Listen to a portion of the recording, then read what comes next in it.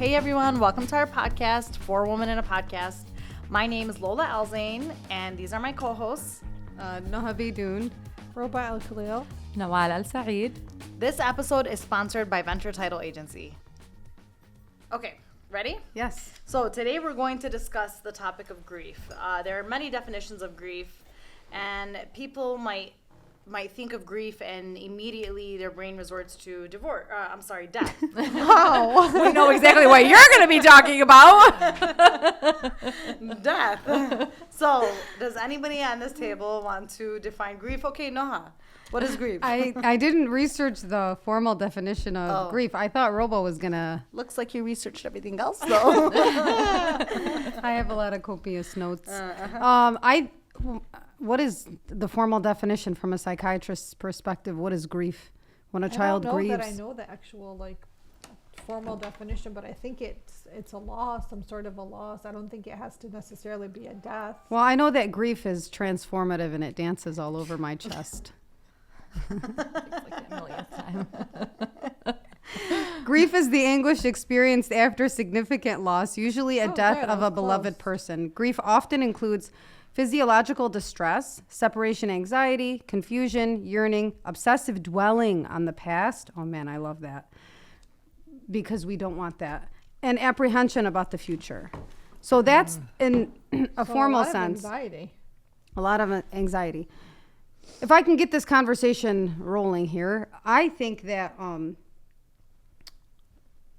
grief, it's but they define it with death. Yeah. I don't think I would define it necessarily with death. I think I would just in general define it as a loss. Yes. Any type of loss. Mm-hmm.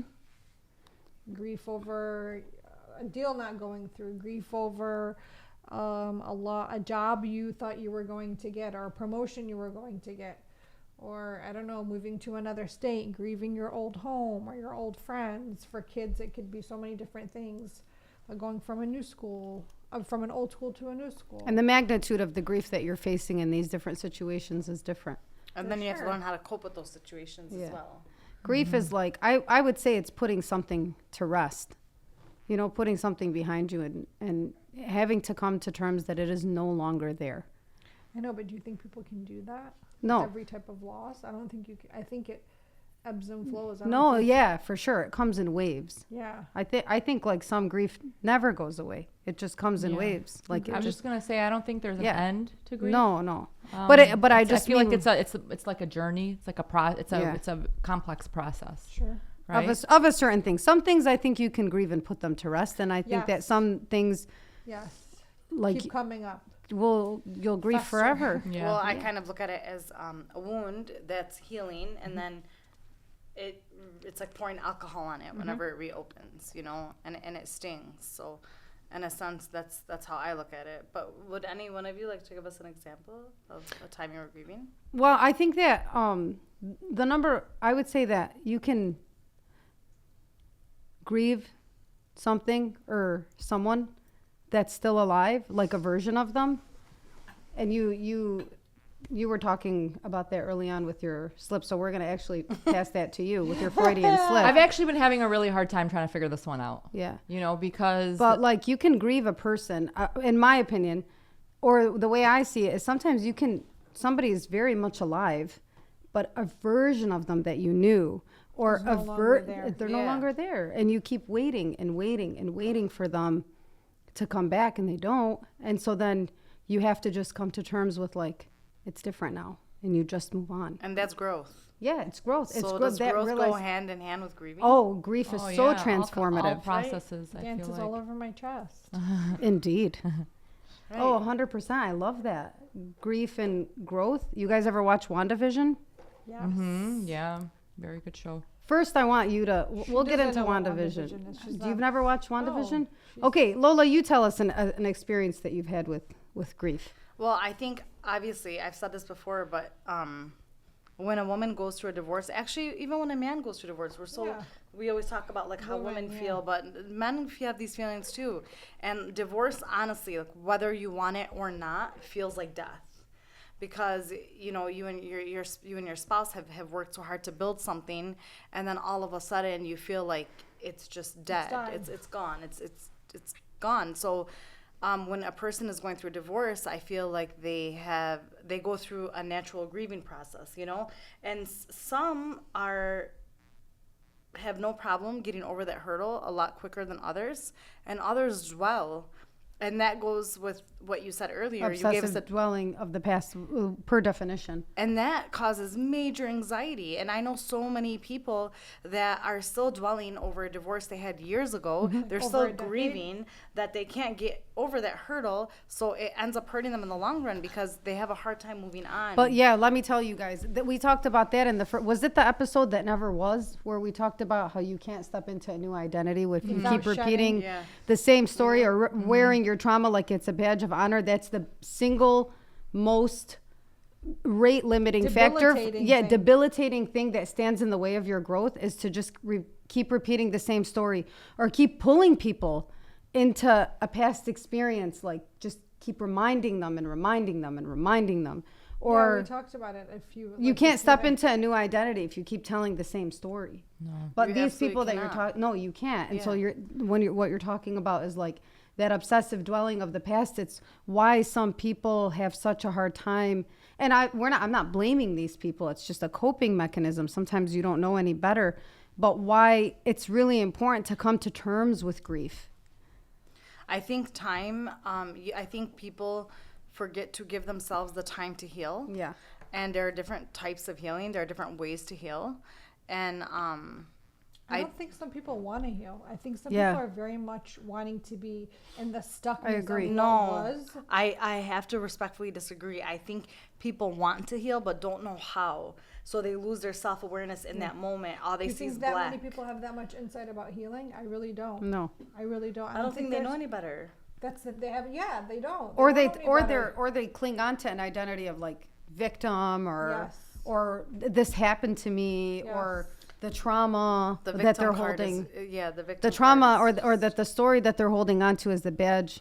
Like who are they outside of that They have experience? no identity. Yeah. And it's outside of that. scary, so they hold on to that identity and they Yeah, stay in because it. growth is scary. Just like grief is very debilitating at times and can be scary, but growth is also very scary to people. It's anxiety inducing to grow and to take a risk Yeah. and to start a new life and to put your past behind. Yeah. That's look also very at my scary. cousin Deanna. She got, probably shouldn't have said her name, but whatever, too late. I was gonna say, are you allowed? She got divorced. She moved to Paris and like she's living the best life. So like that was her way of coping with whatever it is that she was going through. But now she's like the happiest person in the world. So every person copes differently. For sure. Do you think she's gonna get mad that I said her name? I don't know. She's Maybe not- we she's can not just. here I don't anymore. even think she listens to this gonna- podcast. She's not even gonna watch it. No, You don't know- take it out. I want her to know that I just said her name. Okay. It's okay. She'll be all right. She might cry, but she'll be okay. Okay. She'll cry. I know. I was joking. So let's bring it back. Let's bring it back right now to the WandaVision. WandaVision. Let's talk about grief and growth. Okay, so we've established already, if we can bring it back home and organize this conversation a little bit, that grief is not just about a person, and it's not just about a death. That it can be about any It's experience. situational. It's situational that you're putting behind you. You're moving forward, not necessarily moving forward, but you have to move on from something. Not necessarily forward, even. You just have to move on. Because I always think about this too. Like, if God forbid I were to die tonight, tomorrow my office is still going to have closings. The people that were planning on purchasing a home tomorrow still gonna are purchase still a home. going Oh, to yeah. purchase a home, whether I'm here or not. My office is still going to have to be ran, by the people who run it. So whether I'm here or not, life goes on. So it's just a form of accepting, right? So in a sense, I don't know what WandaVision is. I've never watched it. Oh my but God. Please, WandaVision is, I have to watch it So now. emo. it was the best. It was so good. Honestly. Did you watch it? First of Yeah. all, Yeah, it Watch was it very when powerful. WandaVision is the show Is it a that movie or a captures. show? It's a show. It's It's a series. show. Did you tell me about it? Wanda Maximoff is on an Disney. Avengers character, right? Marvel? Yeah, Marvel. And she, like, if you could capture the essence of she the Mhajibe? of the transformative. No, she's not. She's not Mhajibe. Nevertheless, This is where you guys put on the bottom scarfy. but she captures the essence of the transformative power of a grieving woman. Yeah. The like and she does it through decades in time, and then they related each decade in time to like a show that we're all familiar with. It's a very interesting concept. WandaVision. so It creative. was such a was so creative, creative. It was so beautiful. smart. And with this grief, like she has so much grief, so she creates a whole entire city because she grew up watching these sitcoms of like families, the perfect nuclear family. And so she with all of this like kinetic energy, Wanda, like her superpower is like kinetic energy. So with all of this, she creates like a little town that's a bubble. And everybody is in it becomes Protected. like hypnotized by her power, and they all are just characters in the nuclear family that she's created with Vision, who is her love, right? Vision dies in earlier movies, and so he comes back. She brings him back through this kinetic energy, and she creates this city for them. But it's not sustainable. She can't like Vision starts to realize that there's cracks in this, that there's a people outside of the Because it's city. not real. It's not a real city. It's not a real city. But she's doing all of it isn't It's real. not her reality. It's not her reality. Yeah. She's just grieving. She's grieving. She's It's not relentless. reality. I get goosebumps Yeah. And then thinking she about it. realizes that this isn't reality, and I have to live, and I Yes. have to Move move on. on, because the answer to grief is living and moving on and going forward. I know we keep talking about not necessarily moving forward, but I think moving on. moving Yeah, on. yeah. You have to move on. It doesn't matter. There's no direction. So have but any one of you ladies ever lost somebody that's like really close to you that you talk to every day? See, but like when you say it like that, the first thing that we think of is a death. But you can have a No, you but can lose right now someone. I am referring to death. I know, but I'm saying Oh, you okay. can lose someone without having them 100%. Lost, Even when yeah. we Sam Yeah. and I got divorced, like I felt like I lost somebody. That was For somebody sure. that I built a life with. We were married for almost 12 years, so that was a form of loss that I had to deal with. But I'm talking about death. Okay, where so who know- did you lose? Hanya. Okay. I'll where let- you I'll know you let- can Hama. never contact them. Yes. They're it's out of funny- reach. It's funny because I still have like my nights where I will break down because of her, and it's been over 10 years.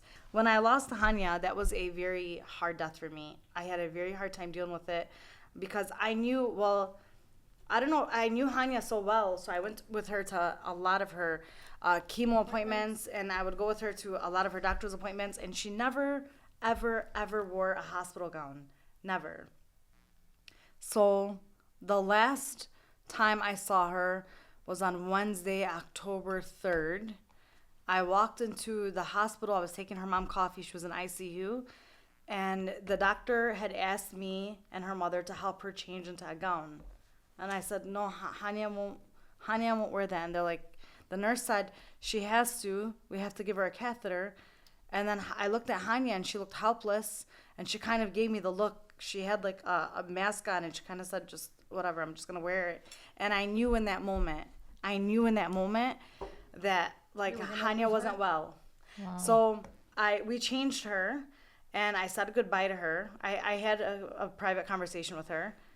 I said goodbye to her, and I left, and I was crying so hard, and the nurse chased me outside, and she said, are you okay? And I said, no, because I know I just saw my friend for the last time. And she said, no, sweetheart, she's going to be okay. And I said, no, you don't know her like I know her. Wow. She would never give in to wearing a hospital gown. But it was in that moment I knew that I had to prepare myself to grieve. And then my best friend Layel had called me as I was walking out, and she said, what's wrong? Are you okay? We were taking the kids to Disney on Ice. And I said, I just talked to Hanya for the last time. She said, oh my God, did something happen to her? And I said, not yet, but it's coming. I just knew it. Mm-hmm. And I was the last person to talk to her, but I knew it. And I had such a hard time dealing with her death because she was somebody I spoke to every day. And it was a few days after my birthday. She sent me like the sweetest birthday message, and she couldn't come see me. So I went to go see her on my birthday. And I still, to date, it's been 12 years almost. No, it's been 11 years. 11 years. I still have not deleted her messages. Wow. She's the very last person that's ever texted me on my phone. I will not delete them. How many years ago did you say this was? In 2013. So it's been 11 11 years. No, 2012. You still feel 12 years It was 2012. Melina was a year and a half. 2012, 12 yeah, years. So it'll be 12 years in October. So you still feel that grief? You still feel yourself grieving sometimes? All the time. I actually always wonder like how Hanya would this was before venture title. This was when I was in law school. I just graduated, actually. She sent me a beautiful message when I graduated from law school, and I still have that message. But I find myself often driving to the cemetery by myself, like on days where I'm not doing well. Nobody knows about this. Like, this is very sacred to me. But because I'm alhamdulillah, like, I consider myself to be a happy person. Yeah. But of course, everybody has their days. So I'll drive to the cemetery on my own, and I'll just go talk to her. And there's something about visiting somebody in a cemetery that you've lost that gives you that comfort. That's why Peace. when people want to be buried like overseas, if somebody's close to you, it doesn't sit well with me, because even though we believe like the souls leave the body, there's just something about visiting somebody at a cemetery, even though we know the soul's not there. It just gives us, I feel like, in this physical realm, some sort of peace. But I talk about her often with my kids. I look at pictures. I that's just my way of coping with it. And I feel like even after all of these years, sure, I've learned how to accept it. I've learned how to, in a way, overcome it. But that doesn't mean I don't have my nights where I go. Sure. And I No, grief comes in waves. She was a big part of Grief my comes life. in waves. I don't. But it think hasn't that's- stopped you from living. No. It hasn't stopped you from telling her story. It hasn't stopped you from sharing her with your kids. Yeah. It hasn't stopped you from For taking sure. her with you along on the ride For sure. of your life. And I think that's grief. That's Yeah. grief. Yeah. Yeah, that is. And It doesn't my- have to be. Grief, it doesn't can be all joy. have to be sorrow. Yeah, grief can be joy. Grief can it can be empowering. Yeah, I think it's a be mix of empowering emotions. to It really grieve. is. But even when my grandparents passed away, it was hard, heavy. My grandmother was more expected, but my grandfather was just very heavy because it was so unexpected. I mean, my grandma went to make him lunch, and she came back, and he just wasn't waking up. So it was like a shock to the family. But it was heavy on us, very heavy. And then I also noticed when somebody like that passes in families, like especially if they're considered pillars of the family, the family like just The dynamic almost It does. changes. It does The- shift. the Yeah, that's a dynamic true one. changes. It falls apart. Yeah, it does. There goes like any Sunday breakfast that you used to have. Yeah. All those things change. It's and rare that somebody will fill the shoes in the way that the person did. Yeah, Definitely. I feel like that's how when I grieve, I feel like that's what I grieve. I feel like that's traditions, the life after. For me, that's what I think about, and I think that's what helps me get through the process of the situation. You know, I'm very much I kind of isolate too. I like to sit in silence a lot, and I think I think grieving has a lot to do with. I don't know. Can grieving be kind of selfish a little bit it too? is. It's funny you say that Well, because it's different for everybody. It so is. Yeah. I mean, it's subjective for sure, but Yeah, I feel don't like know. I don't know if you could label it selfish. I mean, I think you're saying that because a lot of people, when they are grieving, regardless of what they're grieving over, whether it's a loved one, whether it's who knows, it doesn't. The point is, when a person is it grieving, doesn't have to be bad. It's just it's Oh, selfish. you're saying I it's wouldn't selfish consider in the it way that selfish. that's your focus in the moment. Maybe, yeah. Maybe selfish isn't the right word. I see what you're saying. Like that takes over a lot of different things, and that's priority. And other things could take a back seat while you're grieving. probably just like you're probably just drowning in your own thoughts and Yeah, what is it? taking the What does time it for look like? yourself. Yeah, I was gonna say, what are you talking about? What it looks like for you? Do you Yes. become very like what does grief look like for each of us? I think we could like what are our grieving? I think for me, is I it? like to be away. Me yeah. too. Okay, you I'm like I'm to not isolate. interested. I'm not Yeah, definitely interested. I'm not. isolation. Yeah, I isolate, and I'm okay with that. I think a lot of people are like that because I would consider myself the same way. Yeah. I mean, I'll go through like the mundane things that I have to go through. Like, right? Sure, Like I'll go to work. work. I'll wake Man. up. I'll go to work 9 a.m. I'll put the smile on the face, but I don't want to see anybody close to me that knows me. I don't. See, like when I was Because then you'd have to deal with. Then the I grief. have to deal with the grief. see, I felt like when I was grieving, I didn't want to go to work. Yeah. I would force myself loved to go to work and I It would was such a shut good down. distraction. Me too, Work because is my- such but a see, your I'm work not is like very your good at family. compartmentalizing. Yeah. My work wasn't. My work, it's all people that don't really know That's me. probably why for me That's I'm why seeing it's so many easy. people I That's know. why it's easy. Yeah. That's why I said I don't want to be around You people know, that know same, me. Me too. I'm seeing I so don't many know people I anybody know, work. Yeah. and they're all That's true. they all kind of heard. Yeah. and they're all asking No, I don't questions have like, that. We heard your movie, and I'm like, no, you didn't hear I was moving. You heard a Yeah. horse. Like it was just really annoying. Where Yeah, did you yeah. get moved? That's so interesting. Oh, That's what you there's- had heard. Yeah, people heard that I was moving. I've built a life for myself. Such a good way to bring up a topic. I heard you're moving. I heard you're moving. Listen, I want to say something. I built a life for myself where I can compartmentalize, because each spaces for me play a role that. But see, we can flip that and say, is that avoidance? Maybe, I don't know, but I'm just saying because like I've created different parts in my life that I could run to. Different versions of me that I can run to, and for me that's helped me process grief, change, I growth. feel like if it's something healthy, there's nothing wrong with that. Yeah, because that's how is it a form of avoidance? I don't know. And if it is, I think I'm okay with it because it's yeah, it could be like not dealing with the actual grief, and that's I do end up dealing with it, but on my own time. I want to be the dictator of the time. Oh my gosh. As you should. Yeah. And I think that when I think allowing me to step away and go to the other versions of myself, my other circles, it gives me the time to process. So when it's time for me to finally face it, I have the words, I have the feelings, I have the thoughts.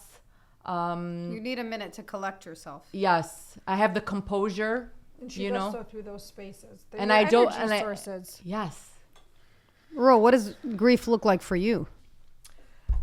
This was so good. Yeah, you went through it. Oh, definitely. I don't think there's a grief I'm not Actually, you became familiar with. nicer. You became way nicer. As if she knew me prior to. Okay? I'd like to stand on the record. She did not. But come on, Put that Roba. in the transcript. Come on, Roba. You're so much nicer after you went through your I was grieving never process. mean. I just You were didn't. very stuck up. No, I wasn't. I just very. I'm not inclusive. I'm just exclusive. And if that There's translates nothing wrong with to that. being mean, then I guess that. I'm makes glad me to be mean. on this table. That's all I gotta say. glad Me to too. have- This is really wonderful. Well, that was a kind happy and humble one thing- comment Hold to on, me. it's one thing to be exclusive and not be rude. You were exclusive and rude. Because I don't want to offer my Now energy you're to not. every Now topic and and Harry. there's nothing wrong with that. But since you went through your grieving process, look at how great you are now. Oh my God! Can we no. move past her? Can we move past what Do this? you feel akhfaf? Do you feel lighter? I don't think I was carrying such a burden Okay, throughout, sure. like, throughout grief.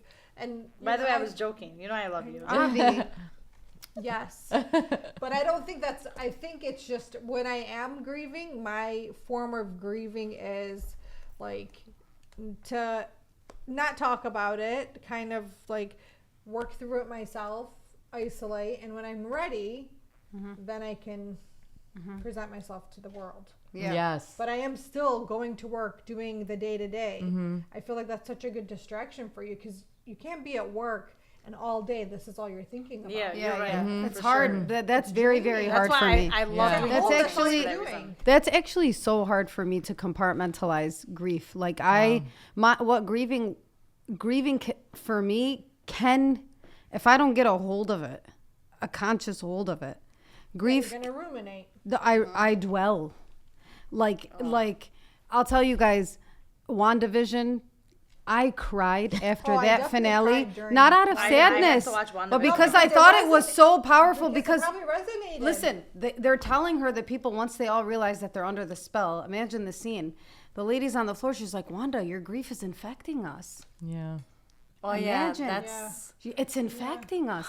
And then, like, Jackie, you guys know that one with Natalie Portman, the movie, Jackie? Yeah. Where she's grieving I her never husband? watched Yeah. Jackie. I watched So that good. movie never 17 watched it. times.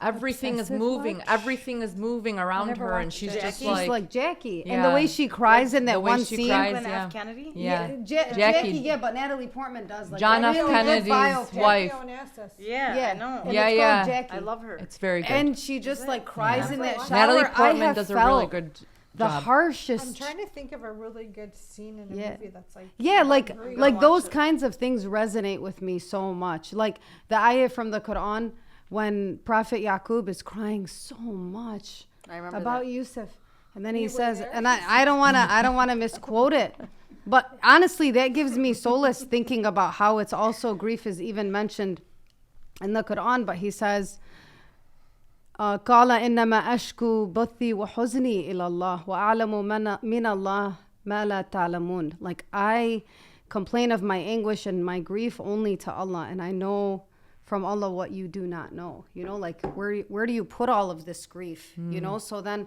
I wallow in those feelings for a little bit, but you have to get a hold of it because like you have to give it assuming hold you know, it like and you give it feel away. like it starts dancing around you, and then you start to like think about like this deep well of sorrow, the harshest truths of life that become you have those but what I'm saying is that's what it looks like for me, like very, very sad. But then you have to pull yourself out. You have to pull yourself out. You gotta pull yourself. Everybody gotta pull yourself together. You gotta pull yourself together. You have a few days, and then you gotta get up. The one scene that I think of, you're gonna think it's silly, but it's actually not. Is The Lion King. Oh, when Mufasa dies. Yes. Yeah. When That's so Mufasa sad. dies, I was still, in fifth grade at the movie theater. That's You know a who I hard watched it one. with? I cried. Was that fifth grade or third grade? Ya Waili Mufasa. I Was cried. we said That was a Majid good Ali one. I think Yarhamu. it came out 30 years ago. Yeah. I just saw something on That's Yeah, a good one. because Yeah, I went to the movie theater watching. I Mufasa, remember crying. Not the remake. the real No, one. the original Lion King. Yeah. No, it but I'm came saying out 30 they're years doing an ago. origin story for Mufasa. Yes. But that's like a scene where it was heavy. It was so didn't heavy. matter how old you were. That scene was heavy. It's you know. becomes so heavy. Then you start to like. But then you think about your parents. And then you think of healing too. You think of healing, whatever it is. Then I start to think of that, and then I just start to, every day, you give yourself a little bit of time. Think of that No, not in the moment of grief. In the midst of grief, you feel yourself in a dark well getting pulled down. But isn't it crazy when you go back and you think about those really, really dark moments? But if you can you stay don't there, remember how bad it was in that moment. You can stay there, or you have a choice. So then you ask yourself. You have conversations with the habayib, for example. The Haji crew on this table. I will talk to the Haji crew. I will talk to the Yakhti of all. I will talk to my sisters. You find social support in a circle. You resolve to move on. You start telling a new story. You dust it off. You have to find, and then it never really goes away, but you just reconcile I started it. after my divorce. I became very sad, and I started to meditate. Yeah, and meditation is a good one. It was like Salah huge. is a good one. It was huge for me. Definitely, even praying for me is like a huge. And I'm sure for all of us. Ishking to God, having that solace, or having comfort in the fact that we will die too, because I think death is the end of suffering. The only time I've ever felt comfortable dying was when I read that book, "Dying to Be Me," by Anita Moorjani. Yeah, you told me about that. It was so powerful. It was the only time I've ever felt like, wow, the transition of death is such a beautiful thing. But God is so merciful. Definitely, but it's different when somebody has a It's near-death experience. Of course. I mean, but what I'm saying is that there's an end point to the shit. But there's but I find comfort in the fact that because there's an end point to existence. Like I don't wear a scarf, so for me it's not going to be that easy. I can't respond to that. I can't respond. Nothing that I say. If I comfort her and tell her Allah yahdika, it's incriminating. I'm gonna be judged. If I tell her it's not. I'm not the master of the universe. I'm not the arbitrator of what's okay and what's not. I don't have my own stuff together. Stufle. That's it. I don't have it together myself. I'm joking, but it is really truly the only time I've ever felt comfortable. No, but I'm just saying, how do you find solace, or you recognize? You won't find comfort by reading that book when we were kids. I read it. Yeah. I was so stupid. You read it as a kid? What, Journey of the Unseen World? Yeah. That was like the scariest book for everyone to read. Who wrote that book? It was It's not a book that should be given to children. How did we all get a hold of it? I don't know. I never read it. Traumatized me. I never read What it. do you Book mean? made me It so was a fearful book of reading. death. We all read it. It was I'm like not the gonna first read it. Islamic I know book what you're that we talking all about, read. but I'm not I gonna don't know read it. why. Journey to the Unseen World. Remember? That Like, was you a guys, very, I very just That's know- why I was always afraid of death. I was But that reading makes you earlier. afraid of religion.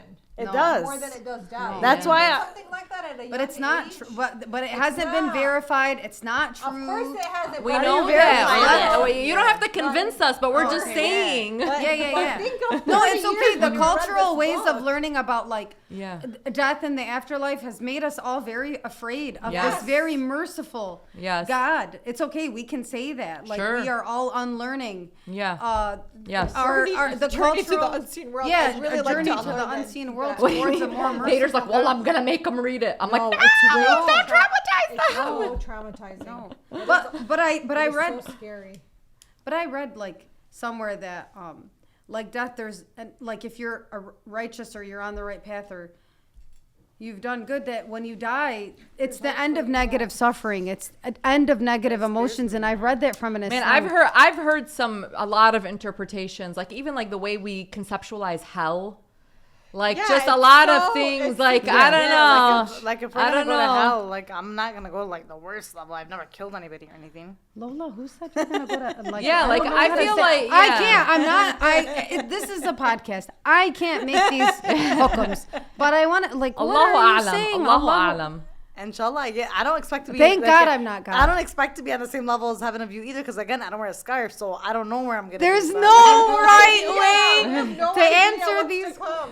You have no idea. Astaghfirullah wa as'aluhu at-tawbah. I We'll wanna just- go, I we'll- want to we'll go just back look- to. Listen, I wanna you know go back what? to our grief. Allah yahdi al-jami'. Yes. Yeah, Allah I يساعدنا just know, كلنا, man. yeah, Allah yasa'idna kilna. All of us are on a journey, wallah. And we're doing the best that we can. But if we can bring it back to grief and just say that that's how we console ourselves, for I me, think- that's I consolation. want to tie it to last. Because the last topic. yeah, the way I think about it though, Oh, just Curb Your to, Enthusiasm? yeah, okay, 'Cause we that's a didn't get good to one. talk about it But last just to time. say that I think God is so merciful the way I see, He's Bismillah ar-Rahman ar-Rahim, not Bismih al-Shadid al-Iqab, right? And What is every, Bismi Ashakib al-Aqab? it means Bushukha, like, but what's no, that? what I'm saying is Obviously, I I think of butchered Him that as a because merciful Firas God is that we dying. work towards. I believe that God is a merciful God. For me, this is consolation for me of grief. Okay. Like, how can I Oh, end how- this negativity? Is God to will go never towards give you more God. than you can Can carry. handle. Yes. God can never. And then inna ma'al usri yusra. For sure. These verses in the Quran, For sure. Surah The most popular Al-Duha verse was is that revealed verse. to Prophet Muhammad when the Prophet was sad. You know, like, so sadness is sadness and grief is something acknowledged, but the end point for me is death. And I believe that we're going to a merciful death per Bismillah ar-Rahman ar-Rahim in every single ayah. Those are the evidences that make me think that God is so merciful and that He's going to wrap His arms around the believers. We're not going to die and continue this suffering of emotions or this grief. You get it? Because grief is hard, but it's also very transformative if you can transform yourself with it. If you know how to, Yeah. you can grow a lot from it. If you know how to, if you can Harness it. harness it, if you can harvest it, if you can get a handle on it, if you can move on and up, you know. But so that for me, that's what grief looks like. Yeah. I was gonna try to tie it to last Yes. topic on the podcast. You know, about curbing your enthusiasm. I think when you have seen so much grief in your life, or you've been through so much loss, not necessarily deaths, but just losses in general, I think that kind of fine tunes your how to curb your enthusiasm. Yeah. I think that's why, like, I'm careful with everything. Like, you know, I Yeah. because of whatever experiences Yeah, you've had you've in the been through. past. Yeah. You know what I mean? So I'm not on 10 like this girl when sharing anything. You know what I mean? Yeah. Like, You know, it's funny you say that, because I know a friend of mine who was expecting and she hid it from the world, which is great for her, amazing, smallah. So she had a gender reveal party and didn't tell anybody about Did it. you really? yeah, it was just at my parents' house. How did Fit you off, even? need to take How it off. did you even? I already knew the gender. Okay, that's we're not taking this off. Hold Oh, on. you had But little when you gender- told us about the pregnancy, you had already known the gender. Of course. Oh, yeah. But Oh, okay. How do you? How are you that?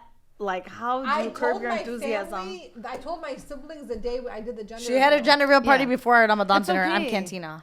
That's Yeah, fine. That's so her I was right. 26 weeks. I was Man, 26. you know what? But Rob? how do you Because you have curb to your take all this enthusiasm? Bro, No, you don't. I feel like we all knew Aslan. No, you Who's do. we? You I know speaking how French? she You is. got a mouth in your I know pocket. what that feels like. did I not know know. because there's been other scenarios in each other's lives Yeah. where you have. I know what that's like. And I said friend. You threw yourself under the bus. I said friend. And then they proceeded to run you over while you were under the bus. But I said friend. They were reversing back and forth.